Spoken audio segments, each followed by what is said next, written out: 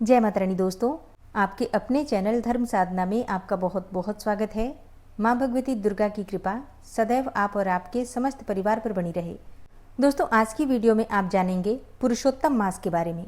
पुरुषोत्तम मास को अधिक मास भी कहा जाता है, मल मास भी कहा जाता है और पुरुषोत्तम मास करीब हर 3 साल में एक बार आता है। जैसे कि पिछला अधिक मास लगा था 2023 में सावन के महीने में और इस बार अधिक मास लगेगा ज्येष्ठ मास में।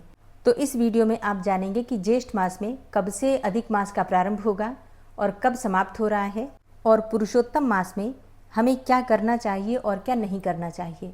तो इस वीडियो में पुरुषोत्तम मास से संबंधित संपूर्ण जानकारी आपसे शेयर करने वाली हूँ, इसलिए वीडियो बहुत महत्वपूर्ण है, पूरा ज़रूर देख लीजिए और अच्छी लगे वीडियो तो इसे लाइक भी ज़रूर कीजिए। तो सबसे पहले जानते हैं कि अधिक मास आता क्यों है, मतलब अधिक मास लगने का कारण क्या होता है। देखिए, अधिक मास का सीधा संबंध होता है सूर्य और चंद्र कैलेंडर के अंतर से। एक सौर वर्ष होता है लगभग 365 दिन का और वहीं चंद्र वर्ष होता है करीब 354 दिन का। तो ये जो अंतर होता है सौर कैलेंडर का और चंद्र कैलेंडर का, ये लगभग 11 दिनों का फर्क रह जाता है प्रत्येक वर्ष में और ये अंतर 3 वर्ष में लगभग 32 या फिर 33 दिनों का हो जाता है। और तब इसी को संतुलित करने के लिए एक अतिरिक्त महीना 3 वर्ष में जोड़ा जाता है और इसी को हम कहते हैं अधिक मास अर्थात पुरुषोत्तम मास, या फिर कई स्थानों पर इसे मलमास भी कहा जाता है। और ये जो समय होता है शुभ कार्यों के लिए वर्जित होता है। शुभ कार्य कौन कौन से, जैसे कि विवाह, मुंडन या फिर गृह प्रवेश या फिर भूमि पूजन करना, ये भी मलमास में वर्जित माना गया है। जैसे आप घर बनवाना चाहते हैं तो भूमि पूजन करना चाहते हैं तो आपको मलमास में नहीं करना चाहिए, उससे पहले कर लीजिए या फिर बाद में कर लीजिएगा।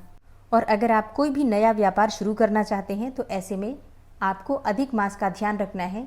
इस समय में आपको कोई भी नया कार्य प्रारंभ नहीं करना है, ठीक है। तो बहुत सारे शुभ कार्य हैं जो इस समय में वर्जित माने गए हैं, लेकिन इसके अलावा इस समय में अगर हम कोई भी पूजा पाठ करते हैं, शुभ कर्म करते हैं, जैसे कि दान करते हैं, धर्म करते हैं, तप करते हैं, तीर्थों में स्नान करते हैं, अधिक मास का व्रत करते हैं, भगवान विष्णु के मंत्रों का जप करते हैं, विष्णु सहस्त्र नाम का पाठ अगर आप कर रहे हैं या फिर भगवत गीता का पाठ करते हैं या कोई पुराण का पाठ कर रहे हैं, श्री रामचरितमानस जी का पाठ कर रहे हैं, कोई भी पूजा पाठ, दान, धर्म या फिर पाठ प्रारंभ करते हैं अगर आप इस महीने में, तो इसका पुण्य फल हजारों गुना अधिक होकर हमें प्राप्त होता है। तो जो पुरुषोत्तम मास होता है ये आध्यात्मिक उन्नति के लिए सर्वोत्तम है, सर्वश्रेष्ठ है। ये समय भगवान की सेवा में शरण में बिताना सर्वाधिक श्रेष्ठ है। अब बात करें कि कब से प्रारंभ हो रहा है ये महीना। देखिए, अधिक मास का प्रारंभ हो रहा है 17 मई 2026 से और अधिक मास का समापन होगा 15 जून 2026 को। तो ये जो समय है लगभग 1 महीने का है।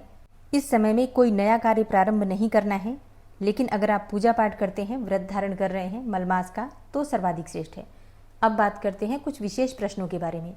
जैसे कि बहुत सारे भक्तों के प्रश्न आते हैं कि क्या हम मलमास में कोई नया व्रत प्रारंभ कर सकते हैं।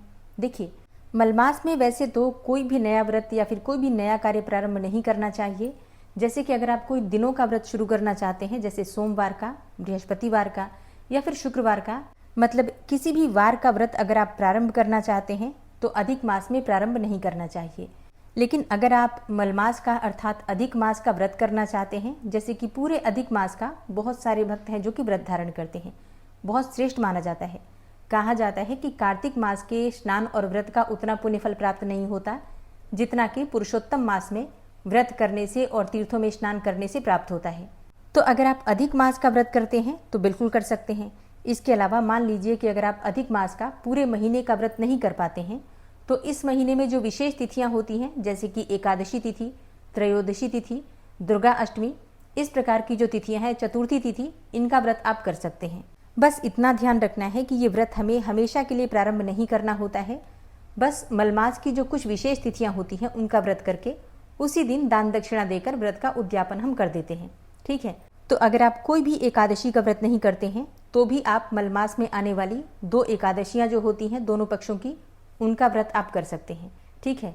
लेकिन अगर आप एकादशी का व्रत प्रारंभ करना चाहते हैं, पहले से नहीं कर रहे हैं और अब आपकी इच्छा है कि आप एकादशी का व्रत धारण करें, तो आप पुरुषोत्तम मास की एकादशियां कर लीजिए। लेकिन जो एकादशी प्रारंभ करने का आप संकल्प लेंगे, हमेशा के लिए अगर आप प्रारंभ करते हैं तो निर्जला एकादशी से एकादशी व्रत का प्रारंभ कर सकते हैं, ठीक है। अच्छा, कई भक्तों के प्रश्न आते हैं कि क्या मलमास में अर्थात अधिक मास में हम व्रत का उद्यापन कर सकते हैं। जैसे कि कोई व्रत हमारा पूरा हो गया तो क्या उसका उद्यापन हम मलमास में कर सकते हैं? नहीं। देखिए, अधिक मास में ना तो व्रत प्रारंभ कीजिए और ना ही व्रत का उद्यापन कीजिए। इस महीने में आप नए व्रत कोई भी शुरू नहीं कर सकते और ना ही किसी पुराने व्रत का उद्यापन कर सकते हैं। आप थोड़े व्रत और कर लीजिए, मतलब 1-2 संख्या बढ़ा दीजिए और अधिक मास के समापन के बाद आप अपने व्रत का उद्यापन कर सकते हैं। अब बात करें कि पुरुषोत्तम मास के नियम क्या होते हैं। देखिए, पुरुषोत्तम मास का नियम उसी प्रकार से हम पालन करते हैं जिस प्रकार से कार्तिक मास का या फिर वैशाख मास का नियम पालन करते हैं। जो भक्त कार्तिक मास या फिर वैशाख मास का स्नान करते हैं या व्रत धारण करते हैं तो बिल्कुल उसी प्रकार से हम पुरुषोत्तम मास का भी व्रत करते हैं और नियम पालन करते हैं। जैसे कि पुरुषोत्तम मास में आपको प्रातःकाल जल्दी उठना है, ब्रह्म मुहूर्त में उठ जाइए, उठकर नित्य कर्मों से निवृत्त हो जाइए, स्नान कर लीजिए। वैसे तो अधिक मास में गंगा स्नान का बहुत महत्व होता है। किसी भी पवित्र नदी में स्नान करने का, तीर्थों में स्नान करने का अत्यधिक पुण्यफल प्राप्त होता है, लेकिन ऐसा सबके लिए संभव नहीं होता है। तो ऐसे में अगर आपके घर के आसपास कोई भी पवित्र नदी है तो आप स्नान कर सकते हैं, नहीं तो आप अपने घर में भी गंगा जल मिश्रित जल से स्नान कर सकते हैं। सुबह ब्रह्म मुहूर्त में गंगा जल मिश्रित जल से स्नान कर लीजिए। सभी नदियों का स्मरण करते हुए स्नान करना चाहिए। शुद्ध वस्त्र धारण करके सूर्यदेव को जल दीजिए। फिर अपने घर के मंदिर में विधि विधान से भगवान श्री हरि विष्णु की पूजा कीजिए। और देखिए, अधिक मास के जो अधिपति देवता होते हैं भगवान विष्णु होते हैं।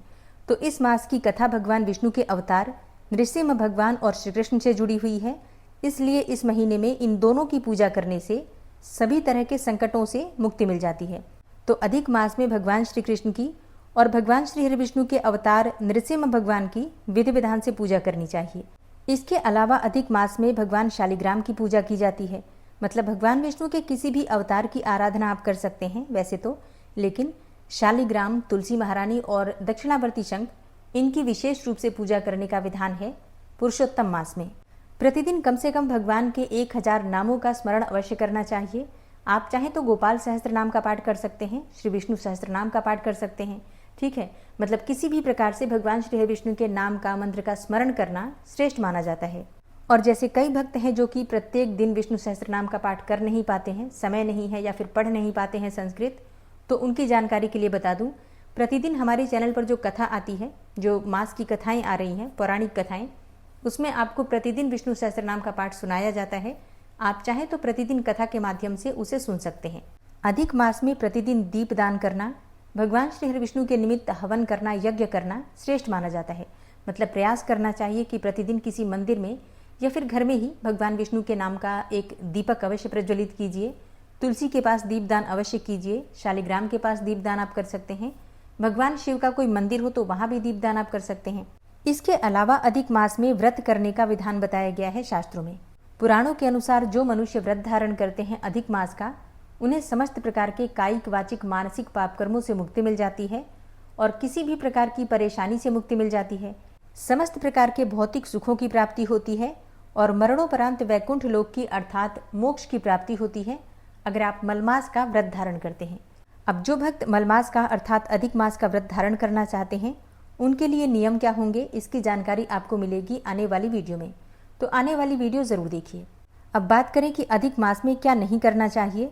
देखिए, अधिक मास में आपको झूठ नहीं बोलना चाहिए, किसी की भी निंदा, किसी की भी चुगली नहीं करनी चाहिए, मांस मदिरा का सेवन नहीं करना चाहिए, किसी को भी धोखा नहीं देना चाहिए, किसी के भी बारे में अपशब्द नहीं बोलना चाहिए और हाँ, क्रोध तो भूल कर भी नहीं करना चाहिए।